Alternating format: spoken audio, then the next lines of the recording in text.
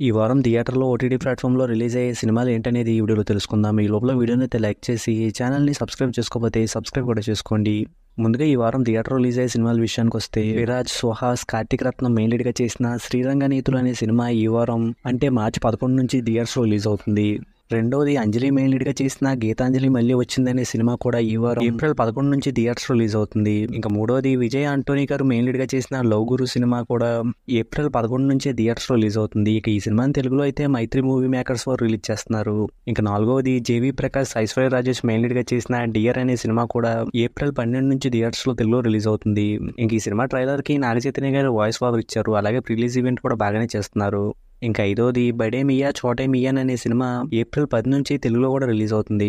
ఇంకా ఫైనల్ గా ఆరోది బాహుబలి ప్రభాకర్ మెయిన్ లీడ్ గా చేసిన రౌద్ర రూపేణ నమః అనే సినిమా ఏప్రిల్ 11 నుంచి థియేటర్ రిలీజ్ అవుతుంది. ఇక ఓటీటీ రిలీజ్ అయ్యే సినిమాల విషయానికి వస్తే శ్రీ విష్ణు గారు మెయిన్ లీడ్ గా చేసిన ఓం భీమ్ బిష్ అనే సినిమా ఏప్రిల్ 12 నుంచి అమెజాన్ ప్రైమ్ లో స్ట్రీమ్ అవుతుంది. ఇక రెండోది కాజల్ మెయిన్ లీడ్ గా చేసిన కార్తీక అనే సినిమా ఏప్రిల్ 9 నుంచి ఆహాలో స్ట్రీమ్ అవుతుంది. ఇంకా మూడోది ప్రేమలో అనే మలయాళం మూవీ ఏప్రిల్ 12 నుంచి ఆహాలో తెలుగులో స్ట్రీమ్ అవుతుంది. అలాగే ఈ సినిమా యొక్క మిగిలిన వెర్షన్స్ అయితే డిస్నీ హాట్‌స్టార్ లో స్ట్రీమ్ అవుతున్నాయి.